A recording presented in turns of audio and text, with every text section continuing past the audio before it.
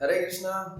आप सभी का स्वागत है डेली 10 मिनट भगवद गीता से दिव्य ज्ञान की चर्चा के इस कार्यक्रम में हमारे चैनल। तो पिछली बार हमने देखा कि बुद्धिमान व्यक्ति कौन होते हैं, किस प्रकार से कार्य करते हैं, किस प्रकार से दिव्य कर्म किए जाते हैं और किस प्रकार से दिव्य कर्म करने पर हम भगवान के साथ जुड़ते हैं। आज हम देखेंगे 7वें अध्याय के इस आखिरी श्लोक में सार रूप में हमने जो भी सीखा 7वें अध्याय में वो भी हम देखेंगे और विशेष रूप से परमेश्वर को, भगवान को किस प्रकार से प्राप्त किया जाए वो हम आज देखेंगे। और कौन मृत्यु के समय पर परमेश्वर का चिंतन करने में सक्षम होता है और उस प्रकार से भगवान का चिंतन होने पर उसे दिव्य भगवत धाम की प्राप्ति होती है। तो ये हम आज चर्चा करेंगे। तो आज के श्लोक में भगवान बता रहे हैं, श्लोक संख्या 30 अध्याय 7। साधि भूताधिदेवं साधियज्ञं च ये विदु प्रयाण काले पीच मां ते विदुर्युक्त चेतसः। क्या कह रहे हैं भगवान?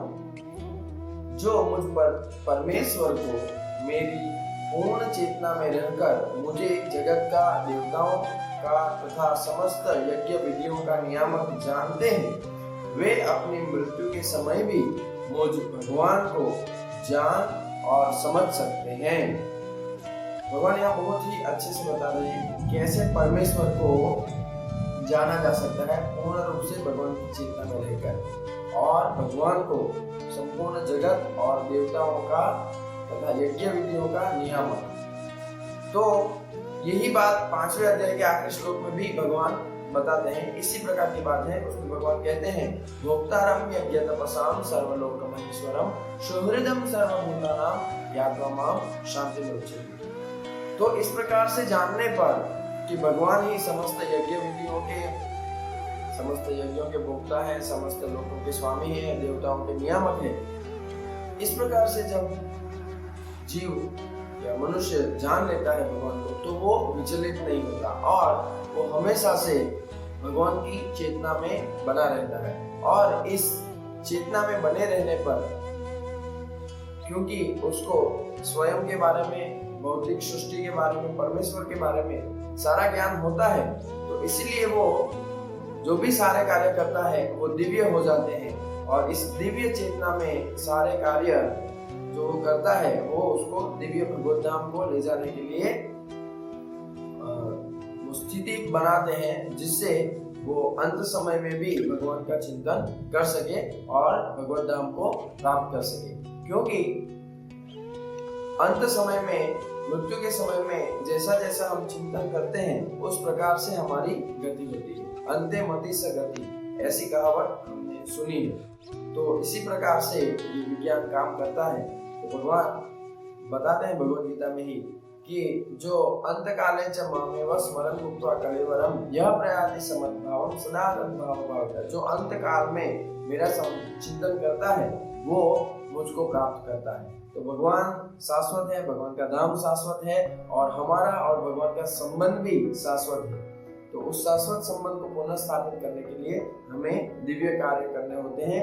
तो हम यदि पूरे जीवन भर इस प्रकार से दिव्य कार्यों में प्रवृत्त होंगे, जैसे अमरीश राजा बताते हैं श्रीमद् भागवत में कि इस प्रकार से हमें हमारे मन को भगवान के चिंतन में लगाना चाहिए, हमारी बुद्धि को कैसे हम इंद्रियों और मन को भगवान की सेवा में लगाएं उसके लिए लगाना चाहिए, कैसे हमें हमारी जीवा को भगवान के गुणगान करने में, भगवान का नाम जप, हरे कृष्ण कृष्ण कृष्ण हरे हरे, हरे राम राम राम हरे हरे, इस प्रकार से महामंत्र के जप कीर्तन में और भगवान को भोग लगाया हुआ प्रसाद खाने में लगाने चाहिए। कैसे हमें हमारे हाथ को भगवान की अलग अलग सेवाओं में लगाना चाहिए, मंदिर की सफाई, भगवान के लिए माला बनाना, भगवान के लिए ग्रोसरी खरीदने जाना, सब कुछ हम सफाई करना, हमारी सारी इंद्रियों का प्रयोग हमें भगवान की सेवा में करना चाहिए। तो इस प्रकार से हम दिव्य चेतना में आगे बढ़ेंगे। इस बात को समझने के लिए एक बहुत ही अच्छी स्टोरी है,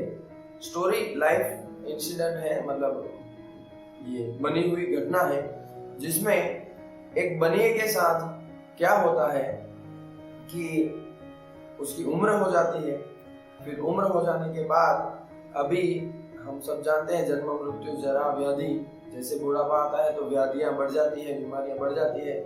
तो एक बार ऐसी स्थिति आ गई कि वो जैसे मरणासन स्थिति में हो गया। उसको अभी पता चल गया कि वो वापस उठने वाला नहीं है।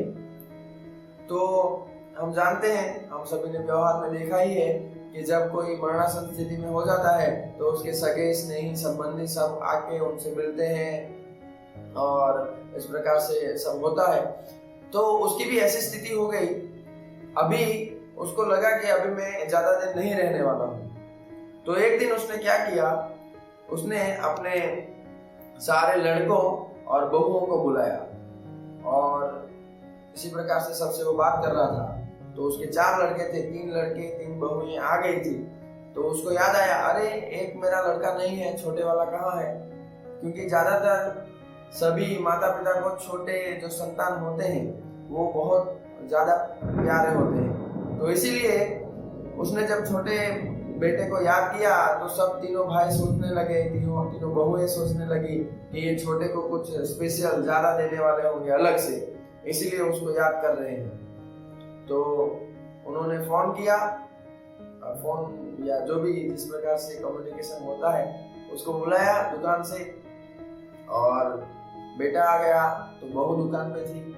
तो बहू नहीं दिखाई दी तो बहू को याद किया। अरे सब बहुएं सोचने लगी इस बहू को कुछ और ज्यादा कुछ सोना वोना हमारी सांस का छुपाया होगा, वो देने वाले होंगे, इसीलिए उसको बुला रहे हैं। तो फिर उसने बहू को भी बुला लिया।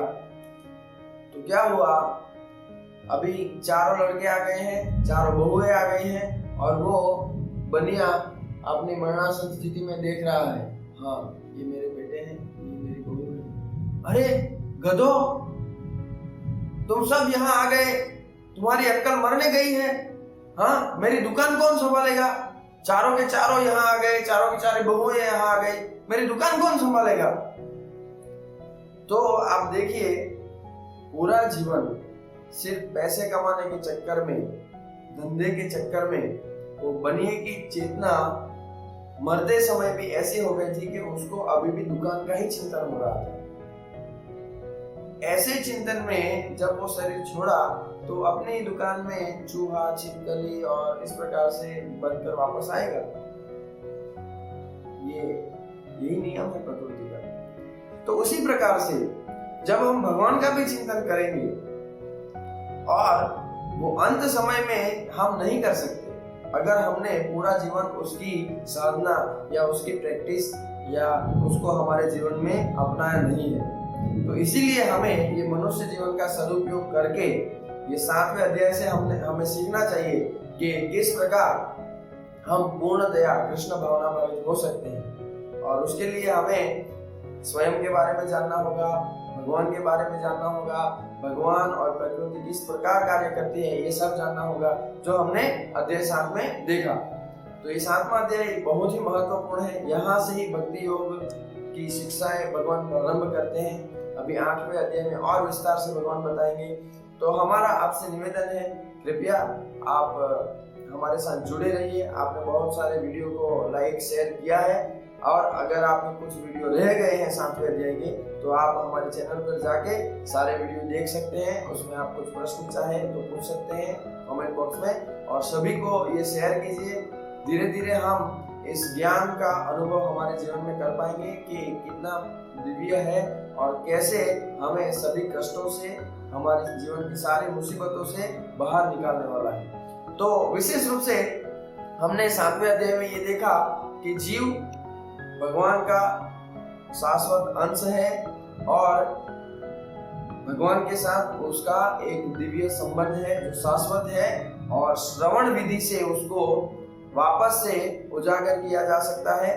भगवान और भक्त के बीच में जो दिव्य आदान प्रदान होता है उसको भक्ति कहते हैं। और इस बात को समझने में हजारों मनुष्यों में से कोई एक विरला ही समझ पाता है। 4 प्रकार के दुष्कृति लोग हैं जो भगवान की शरण कभी नहीं ग्रहण करते हैं। 4 प्रकार के सुकृति लोग हैं जो भगवान की शरण ग्रहण करते हैं, लेकिन कुछ न कुछ हेतु से वो भगवान की शरण में जाते हैं। जो भी भगवान के शुद्ध भक्तों के संपर्क में आने के बाद शुद्ध भक्ति को प्राप्त कर सकते हैं। लेकिन इन सबसे श्रेष्ठ है जो भगवान की शुद्ध भक्ति में सीधे प्रवृत्त होते हैं, ऐसे शुद्ध भक्त। और ऐसी शुद्ध भक्ति को अपनाने से वो मृत्यु के समय भी भगवान का चिंतन कर सकते हैं, क्योंकि उन्होंने सारा जीवन भगवान की दिव्य सेवा में अपनी चेतना को, अपने मन, बुद्धि, इंद्रियों को लगाया हुआ होता है। तो ये विधि है और ये बहुत ही व्यवहारिक और वैज्ञानिक है, जिसको हम हमारे जीवन में अपनाकर समझ सकते हैं। और प्रहलाद महाराज जैसे श्रीमद् भागवतम में कहते हैं कि श्रवणम कीर्तनम विष्णु स्मरणम पाद सेवनम अर्चनम साख्यम दास्यम आत्मनिवेदनम। तो ये 9 प्रकार से हम भगवान के साथ हमारे दिव्य संबंध को उजागर करके उनसे जुड़ सकते हैं। तो इसीलिए हमारा आपसे अनुरोध है कि कृपया आप कम से कम भगवद गीता की हर रोज पढ़ाई करना, श्रीमद् भागवत जैसे ग्रंथों की पढ़ाई करना, भगवान के दिव्य नामों का जप, हरे कृष्ण कृष्ण कृष्ण हरे हरे,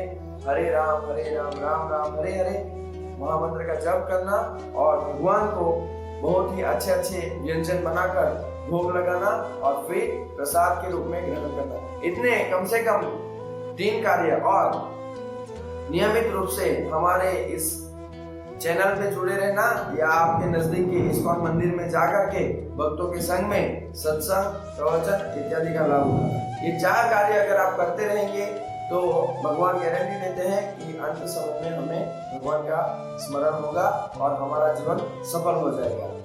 तो इसी प्रकार से हमारा और अन्यों का जीवन सफल बनाने के लिए आपसे निवेदन है, ये 7वां अध्याय सभी को शेयर कीजिए, सभी वीडियो आपके मित्र, स्नेही, सदस्यों को पहुंचाइए और उसको लाइक, शेयर, कमेंट जरूर कीजिए। और अभी तक आपने चैनल सब्सक्राइब नहीं की है तो सब्सक्राइब कर लीजिए। इसी चैनल पे हम बहुत सारे अच्छे अच्छे वीडियो, अलग अलग जो घटनाएं होती हैं उसको कैसे हम भगवद गीता के आधार पर देख सकते हैं वो भी भेजते हैं। तो आप सब्सक्राइब भी कर लीजिए और शेयर भी कीजिए, बेल आइकन भी दबा दीजिए। बहुत बहुत धन्यवाद। हरे कृष्ण।